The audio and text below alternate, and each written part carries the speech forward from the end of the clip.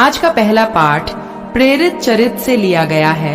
अध्याय 16, वचन संख्या है 11 से 15 तक। त्रोआस से चलकर हम नाव पर सीधे समात्रा के दूसरे दिन नेयापोलिस और वहां से फिलिप्पी पहुंचे। फिलिप्पी मकेदुनिया प्रांत का मुख्य नगर और रोमन उपनिवेश है। हम कुछ दिन वहां रहे। विश्राम के दिन हम यह समझकर शहर के बाहर नदी के तट आए कि वहां कोई प्रार्थना गृह होगा।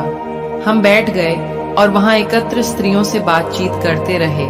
सुनने वाली महिलाओं में एक का नाम लुदिया था और वह थुआतिरा नगर की रहने वाली थी। वह बैंगनी कपड़ों का व्यापार करती और ईश्वर पर श्रद्धा रखती थी।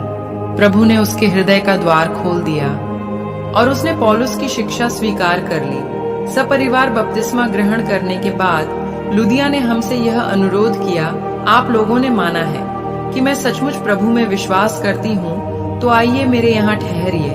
और उसने इसके लिए बहुत आग्रह किया। यह प्रभु की वाणी है।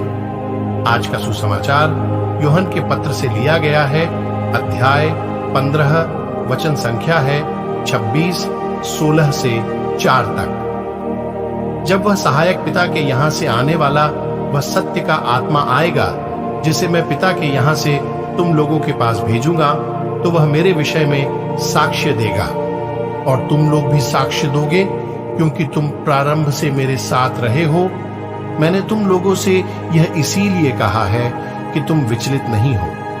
वे तुम्हें सभागृहों से निकाल देंगे। इतना ही नहीं, वह समय आ रहा है जब तुम्हारी हत्या करने वाला यह समझेगा कि वह ईश्वर की सेवा कर रहा है। वे यह सब इसीलिए करेंगे कि उन्होंने न तो पिता को पहचाना है और न मुझको।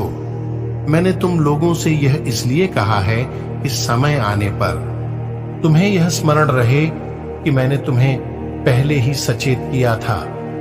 यह प्रभु का पवित्र सुसमाचार है।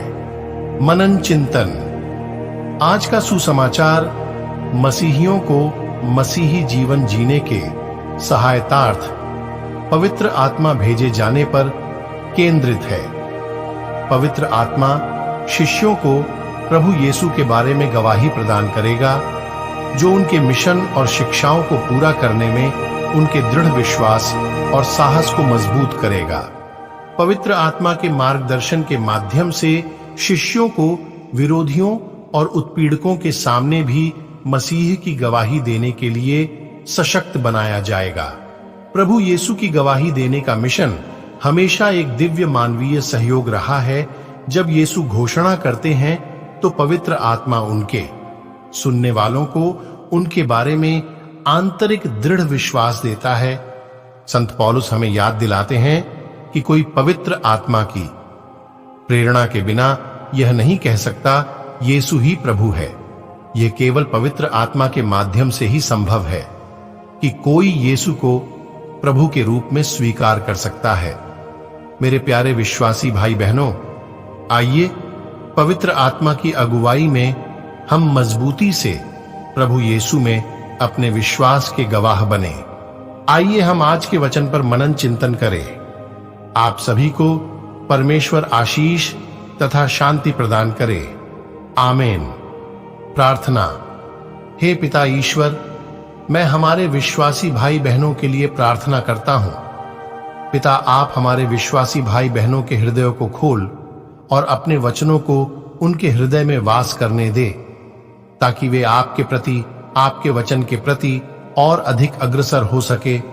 मैं आपसे प्रार्थना करता हूं। आमीन।